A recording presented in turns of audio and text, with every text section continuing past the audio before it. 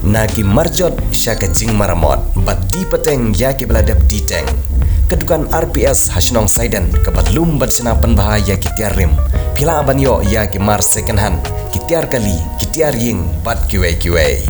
Wat berpatar lumbah ya kitiar wan ai syangi ngin pan bahaya ki.